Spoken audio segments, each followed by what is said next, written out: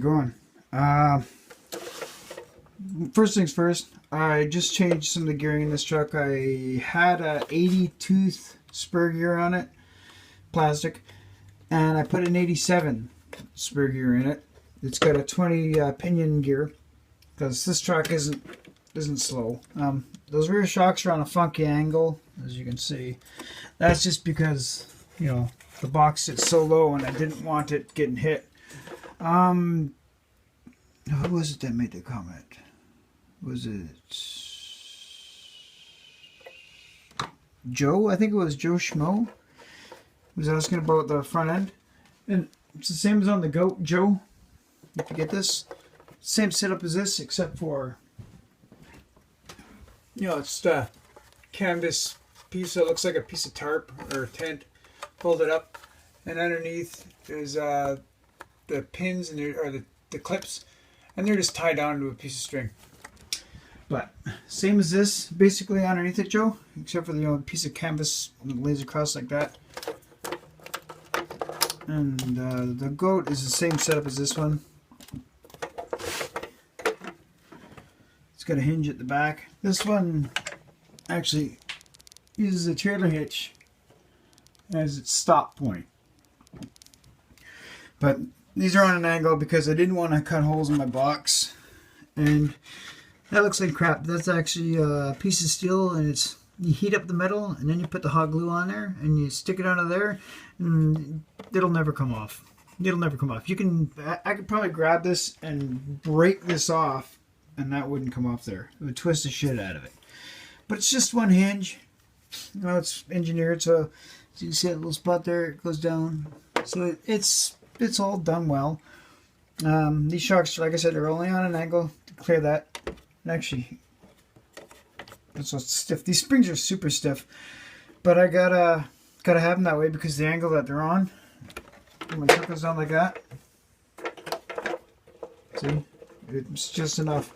But I'm actually getting ready to change the oil on these shocks because they bound too fast. Like, I don't like that wobbly quick look like this, like the Goat. It's good to see. You can see how slow it goes. It's got 60 weight, but I'm going to upgrade the oil in here. But I just wanted to show you that, Joe Schmo, and that's why it looks the way it does on the front, because that's the pin system. I don't like the look of the pin sticking through the hood. I got to make a little cover for this one too, like some kind of a mat to go on the front so it looks like the Goat. But if anybody's wondering why I haven't been making videos, running videos, is look. See how it's raining? My backyard is like a big muddy sponge. Like water is pooling, you step on there and you slide.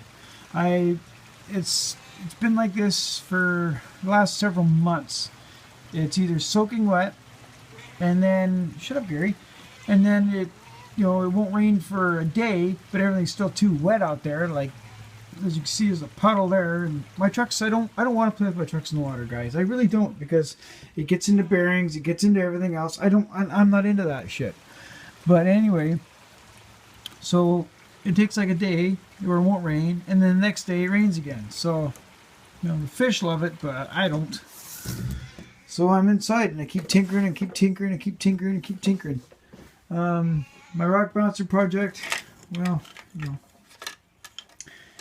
I still have to find some seats for it. I still got well, this is going to take me several months to figure out because I don't have any tranny gears for it.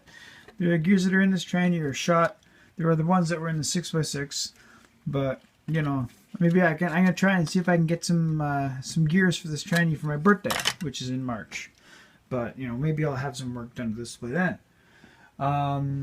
I can't really go play, guys. I can't take any of my stuff out. But like I said, I'm just working on this today. I'm just changing the spur gear because I wanted to make this truck a little bit faster. The Goat is slow and crawls. It's got the gear reduction in there, courtesy of, by the way, as people send me parts, I call them sponsors. Like Ray 730 sponsored me the gear reduction box for that, and Martin Mossman sponsored me with gears for the 6x6. And but this truck, in the meantime, I'm just getting ready, like I said, to take it apart, and I'm going to use this oil because this is equivalent to 60 weight oil. It's just 3-in-1 oil. That's what I'm using in my shocks. And I'm environmentally conscious and friendly, so I dump my oil into here, and if I need oil for like a hinge or something, I use a little bit of this with a Q-tip. Dip a Q-tip in there and drop it on something. Fuck, why not, right? Why throw it out? There's nothing wrong with it yet. Oil doesn't go bad. Like people's, like in your car, the reason oil gets black, the oil's still good. It's just contaminated. If you were to filter it out, you could put the oil, but you just stop it. If you change your oil in your car, you know, it's all black. If you can run that through a series of filters to filter out all the microparticles of the basically carbon deposits from your combustion chamber and dirt, debris, there's nothing wrong with the oil. The oil's still good. That's why oil companies like it when you return their oil, your used oil, because they filter it and then they just sell it again. So you can just filter out your old oil, and you could actually just use it again and again and again and again. And a lot of people actually will use diesel engine oil in their gas engines because it's got a detergent in there that keeps everything cleaner, and it actually lasts longer. So you can use diesel.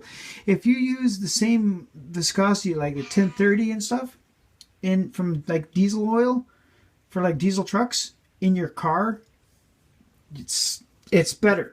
It is. You can use it. It's still oil.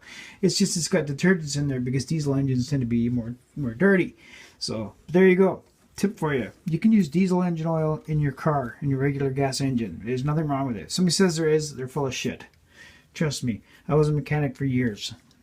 And so anyway, I'm getting ready to take my shocks off, and I'm going to use 3-in-1 oil on there because I don't like this 30 weight oil. It's too runny. That's what's in here. And look. Plus, this oil leaks out easier. So thicker oil, it doesn't leak out. Here's another tip for you. If you got an older car and you know it's got a lot of miles on there, don't use synthetic oil because it will leak. Synthetic oil gets in those little nooks and crannies in your engine block, and it will also find its way out of your engine. So if you have an old car, don't use synthetic oil because you're just going to be dumping it out on the ground. It's just going to find its way out. But anyway, there you go. Okay. Anyway, guys, Merry Christmas and Happy New Year. Wish all you all the best. And yeah, just be decent to your fellow man, all right? Okay. Merry Christmas, guys.